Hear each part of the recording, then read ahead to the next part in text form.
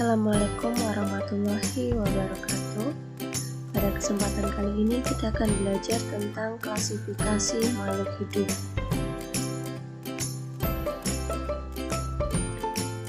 Yang pertama yang akan kita bahas adalah klasifikasi dikotomi. Apa itu klasifikasi dikotomi? Pada awalnya, klasifikasi makhluk hidup dikelompokkan dalam kelompok-kelompok berdasarkan persamaan ciri yang dimiliki. Kemudian, kelompok-kelompok tersebut didasarkan pada ukuran besar hingga kecil dari segi jumlah anggota kelompoknya.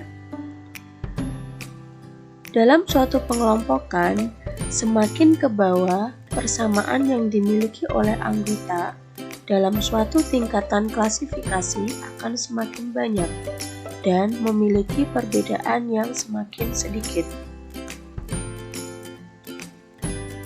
Tingkatan klasifikasi kita sebut dengan taksonomi atau takson. Apa yang disebut dengan takson? Perhatikan pada slide selanjutnya. Urutan taksonomi hewan dan tumbuhan pertama kali dilakukan oleh Linnaeus pada tahun 1707 sampai 1778 berdasarkan kategori yang digunakan saat itu. Urutan taksonomi pada hewan dan tumbuhan disebutkan sebagai berikut. Urutan paling atas adalah kingdom. Kemudian, pada urutan yang kedua ada divisi atau filum. Artinya, divisi digunakan untuk taksonomi pada tumbuhan, filum digunakan untuk taksonomi pada hewan. Setelah divisi dan filum, kita temukan adalah class, atau dalam bahasa Indonesia adalah kelas. Kemudian selanjutnya adalah order, atau dalam bahasa Indonesia adalah bangsanya. Kita bisa menyebutnya dengan ordo dalam bahasa Latin. Dan tingkatan selanjutnya adalah family atau suku dalam bahasa Indonesia. Tingkatan selanjutnya adalah genus. Kemudian yang paling bawah adalah spesies. Dari tingkatan taksonomi, jika semakin ke bawah, persamaan akan semakin banyak dan perbedaan akan semakin sedikit. Artinya, untuk urutan taksonomi pada tumbuhan adalah kingdom, divisi, class, ordo, family, genus, spesies.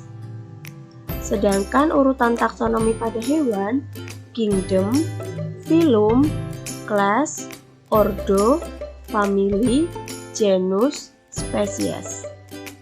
Dapatkah kamu menyebutkan ulang? Untuk pada taksonomi pada hewan, kingdom, filum, class, ordo, family, genus, spesies. Sedangkan taksonomi pada tumbuhan, kingdom, divisi, class, ordo, family, genus, spesies. Bagaimana melakukan kriteria klasifikasi pada tumbuhan? Terdapat 4 kriteria yang bisa kalian gunakan. Yang pertama adalah dengan mengklasifikasikan organ perkembangbiakannya, apakah menggunakan spora atau dengan bunga. Yang kedua adalah dengan mengklasifikasikan habitatnya, apakah berupa pohon ataupun semak. Dan yang ketiga adalah mengklasifikasikan bentuk dan ukuran daun. Yang keempat, kalian dapat mengklasifikasikan tumbuhan dengan cara berkembang biaknya, apakah dengan cara generatif atau vegetatif. Nah, bagaimana kriteria klasifikasi pada hewan? Yang pertama adalah dengan mengklasifikasikan saluran pencernaan makanannya. Hewan tingkat rendah belum memiliki saluran pencernaan, sedangkan hewan tingkat tinggi sudah memiliki saluran pencernaan, lubang mulut dan juga anus. Yang kedua adalah dengan mengklasifikasikan kerangkanya, apakah di luar tubuh atau di dalam tubuh dari hewan.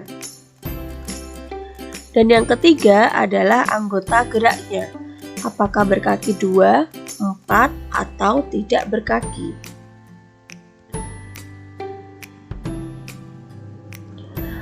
Nah, kemudian yang kedua kita akan belajar tentang kunci determinasi. Kunci determinasi merupakan suatu kunci yang digunakan untuk menentukan filum atau divisi, kelas, ordo, famili, genus, atau spesies. Untuk menentukan kunci determinasi, perlu kalian perhatikan 8 hal berikut. Yang pertama, kunci harus dikotomi. Yang kedua, kata pertama dalam setiap pernyataan dalam satu kuplet harus identik. Contoh, tumbuhan berumah 1, yang kedua, tumbuhan berumah 2. Yang ketiga, pilihan atau bagian dari kuplet harus kontradiktif, sehingga satu bagian dapat diterima dan yang lain dapat ditolak. Yang keempat, hindari pemakaian kisaran yang tumpang tindih atau hal-hal yang bersifat relatif. Yang kelima, gunakan sifat-sifat yang dapat diamati. Yang keenam, pernyataan dari 2 kuplet yang berurutan jangan dimulai dengan kata yang sama. Yang ketujuh, setiap kuplet diberi nomor. Yang kedelapan, buatlah kalimat pertanyaan yang pendek. Nah, untuk lebih memahami apa itu klasifikasi dikotomi dan kunci determinasi, silakan perhatikan contoh berikut. Nah, ini merupakan contoh dari klasifikasi dikotomi. Di sini terdapat 6 kuplet dengan setiap kuplet terdiri dari 2 kunci, seperti yang dikatakan pada slide sebelumnya. Jadi, dalam setiap kuplet terdiri dari 2 kunci dan harus kontradiktif, artinya harus memiliki perbedaan.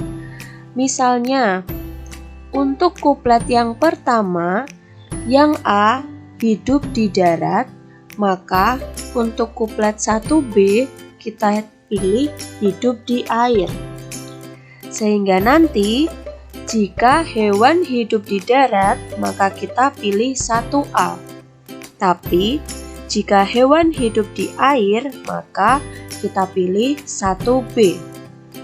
Untuk lebih memahami klasifikasi dikotomi dan bagaimana merumuskan kunci determinasinya, perhatikan contoh kunci determinasi pada ayam. Kita mulai dari kuplet 1. 1A, apakah ayam hidup di darat? Jawabannya adalah iya. Maka, kita lihat di sini kita dituntun untuk menuju ke kuplet yang kedua. Pada kuplet yang kedua, ada pilihan A, memiliki rambut atau bulu. Pada kuplet yang kedua, ada pilihan A, memiliki rambut atau bulu, dan 2B memiliki tanduk.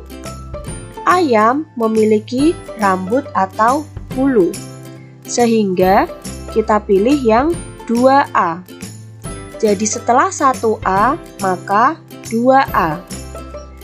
Pada 2A, kita dituntun untuk menuju ke kuplet yang ketiga. Pada kuplet yang ketiga, pilihan yang A ada kelenjar susu, berarti ayam adalah mamalia. Jika tidak ada kelenjar susu, artinya kita pilih yang B. Maka, ayam merupakan kelompok dari Aves. Sehingga ditemukan kunci determinasi untuk ayam adalah 1A, 2A, dan 3B. Sampai di sini paham? Nah, demikian klasifikasi dikotomi dan kunci determinasi dari pengklasifikasian makhluk hidup. Sampai bertemu pada materi selanjutnya.